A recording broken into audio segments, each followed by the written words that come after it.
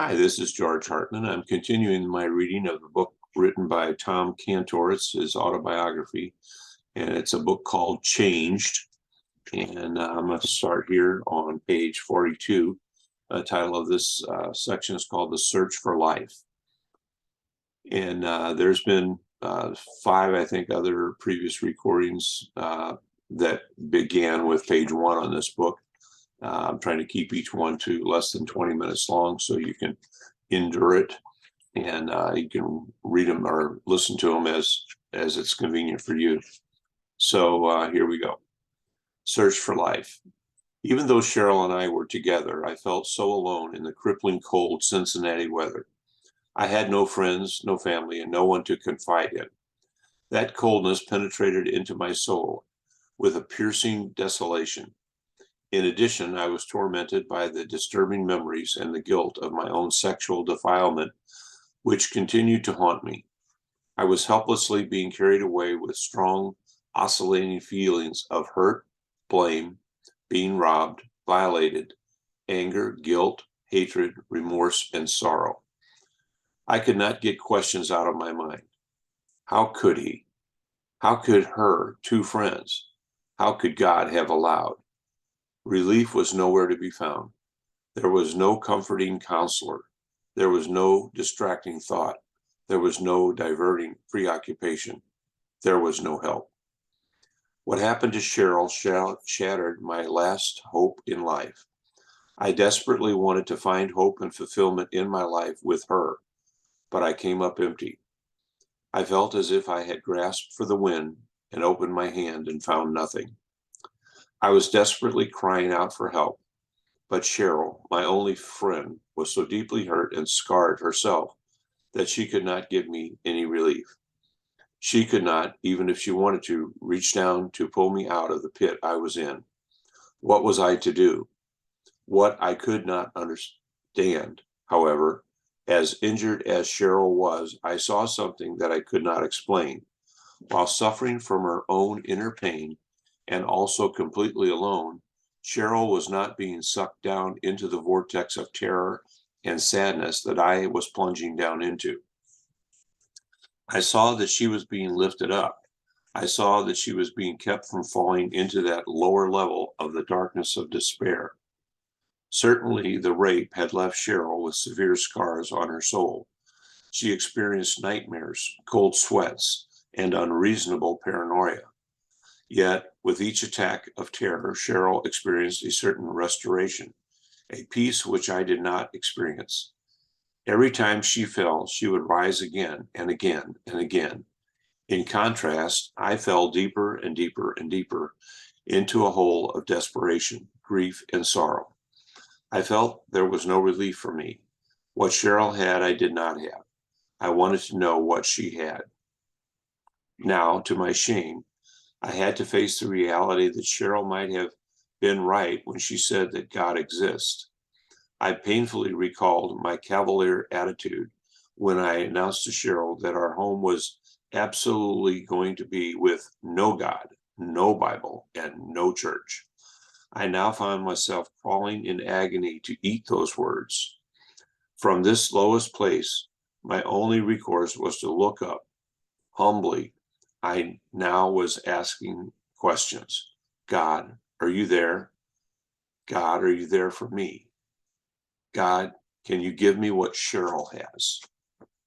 The cry to the unknown.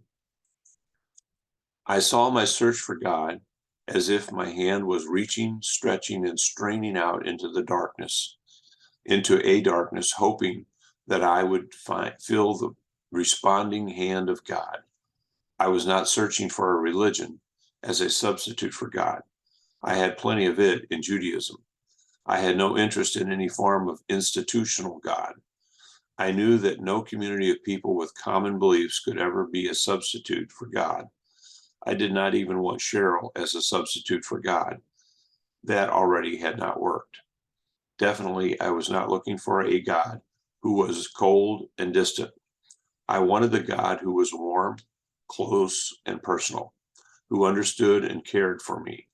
My soul was reaching out to touch God, to hold God, to grab God. to cling to God. That is how I started my search for God, for the God I did not know.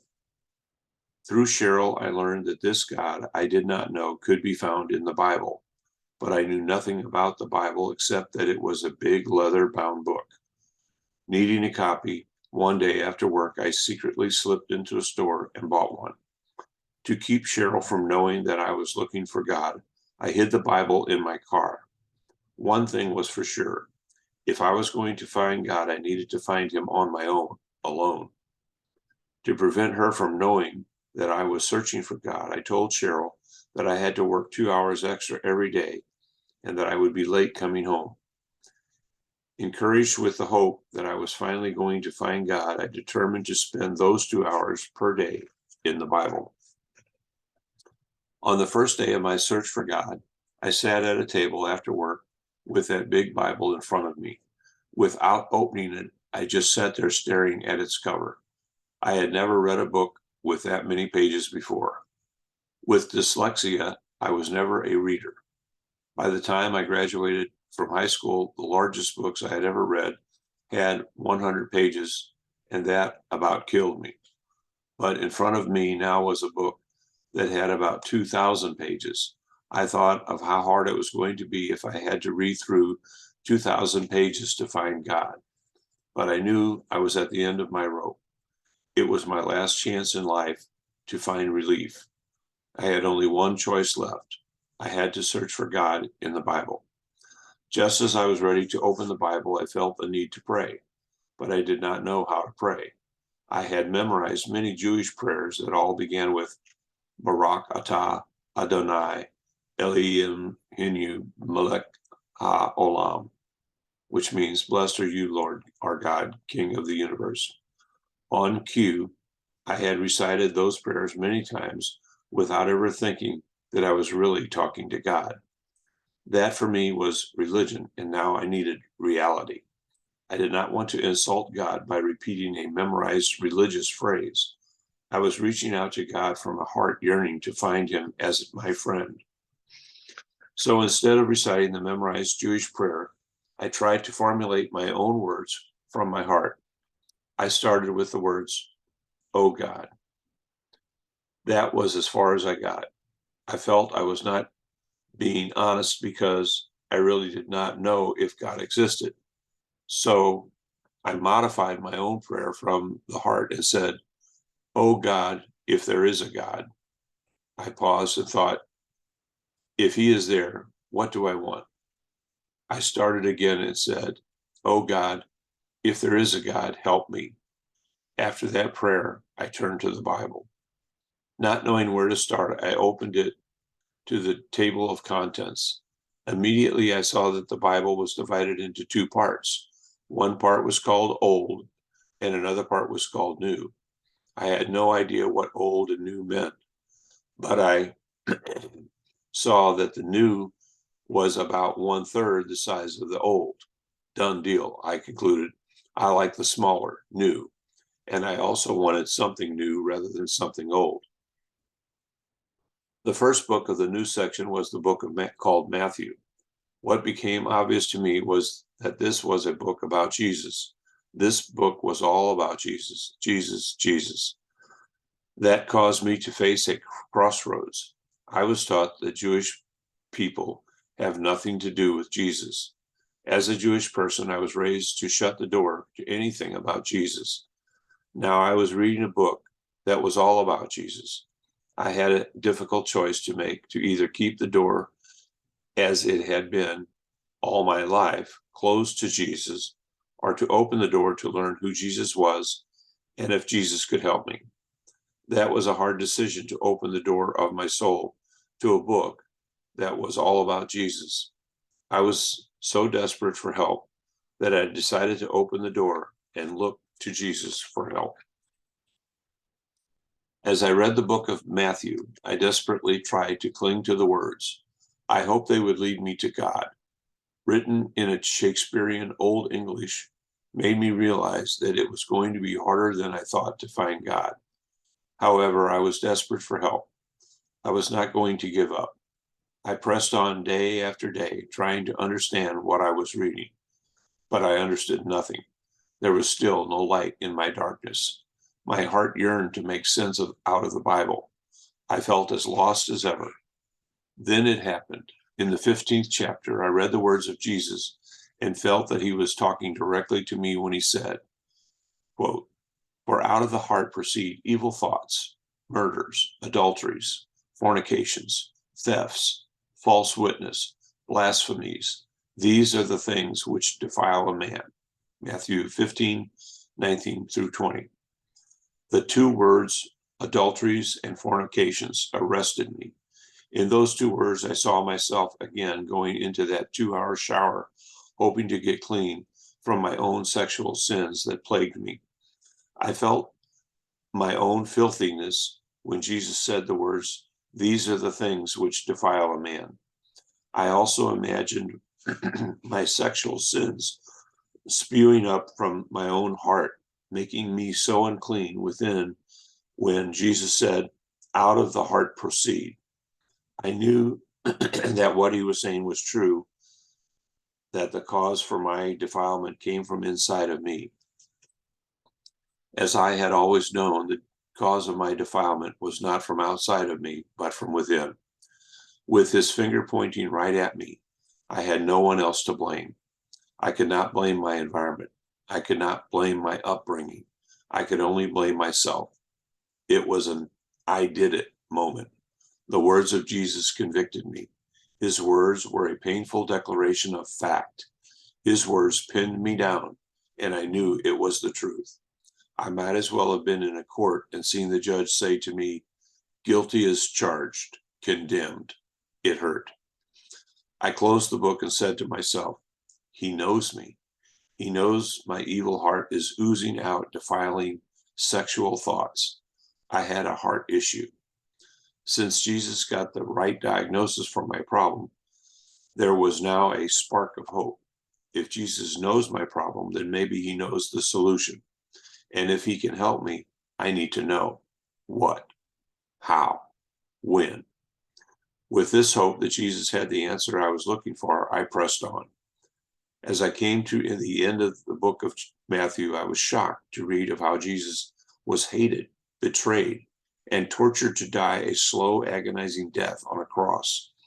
I felt so disappointed that the person I hoped could help me was now destroyed. Again, I shut the book, reaching out into the darkness for help to understand why. Why was the only person who was beginning to give me hope for relief for my defilement now so miserably destroyed? Then I remembered what my Jewish Uncle Pete, the former pharmacist at Cincinnati Jewish Hospital, had said 2 years before. Cheryl and I joined his family for a Passover celebration at his home in Cincinnati. Uncle Pete had just finished reading the Haggadah book, which recited how God had delivered the Jewish people from being exterminated in Egypt. My Aunt Mary was in the kitchen getting the cold kitchen soup. It was always cold because it took so long to go through the Haggadah. Uncle Pete was short and he wore glasses that looked like the bottom of Coke bottles. He liked to chew on a cigar, which irritated my Aunt Mary. As the dominant figure in the house, Aunt Mary practically told Uncle Pete what to think when he woke up every morning. In return, Uncle Pete loved to irritate Aunt Mary. At this particular Passover celebration, while Aunt Mary was in the kitchen, Uncle Pete just blurted out, "Christians believe that Christ was the Passover lamb." In our family, just to say the name Christ or Jesus was scandalous, unless to swear. So when Uncle Pete announced that Christians believe that Christ was the Passover lamb, it was shocking. Immediately, my Aunt Mary shouted from the kitchen, "Pete, shut up." And then Uncle Pete looked at me with glee in his eyes, as if to say, wasn't that a good way to irritate her? Uncle Pete had no idea that when he said that Christians believe that Christ was the Passover lamb, that he planted a seed in my mind that would remain. As I sat there 2 years later, with the Bible closed in front of me, trying to process why Jesus was tortured to death, Uncle Pete's statement came back to me. Christ was the Passover lamb. I wondered if just maybe Uncle Pete's sarcastic statement about Christ being the Passover lamb was true. I turned to the Bible to find the history of the Passover, which, being Jewish, I heard year after year. I found the history in the book of Exodus, chapter 12. I read the account carefully. I realized that after sitting through so many Passover celebrations that I never really understood the meaning of the Passover. I understood the Seder, or the order of it all, but I never understood the real message of Passover. Somehow I had overlooked and never really grasped the centrality of the Passover lamb and the significance of the blood of the Passover lamb. As I read Exodus, I saw the great tragedy of the Passover night, which was that every firstborn son in every family was going to die. It did not matter whether the family was Jewish or Egyptian. Every firstborn son was going to die. However, the Passover history in Exodus made it clear that God had a rescue plan in place to save the firstborn. God's rescue plan was a lamb.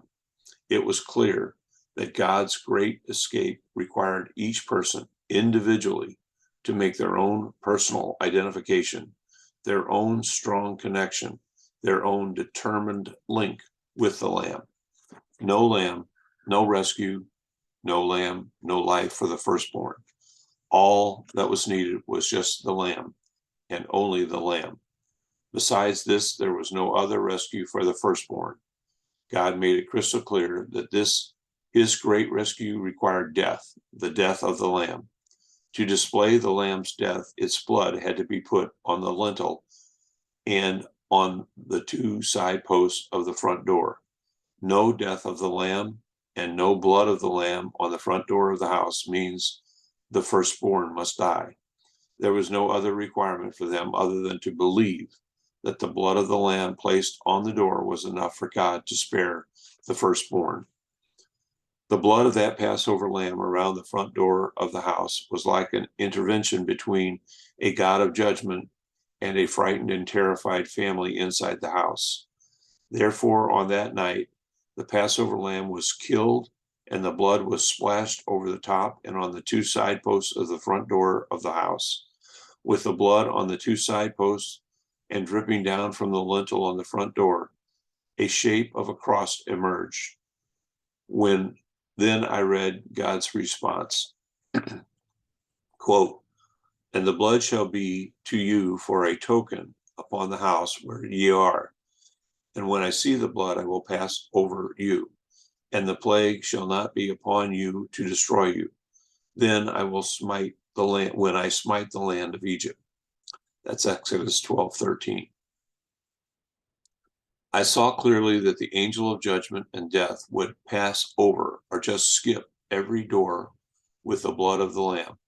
All along, as I read and thought about the Passover lamb and the death of Jesus, it was Uncle Pete's words that kept resonating in my mind. Christians believe that Christ was the Passover lamb. I kept reading the New Testament until all at once, in one verse, it all crystallized for me. It was the words of John the Baptist, who seeing Jesus for the first time said, "Behold, the Lamb of God, which taketh away the sin of the world." John 1:29.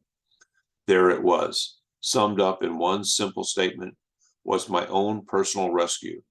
It had now all fallen into place.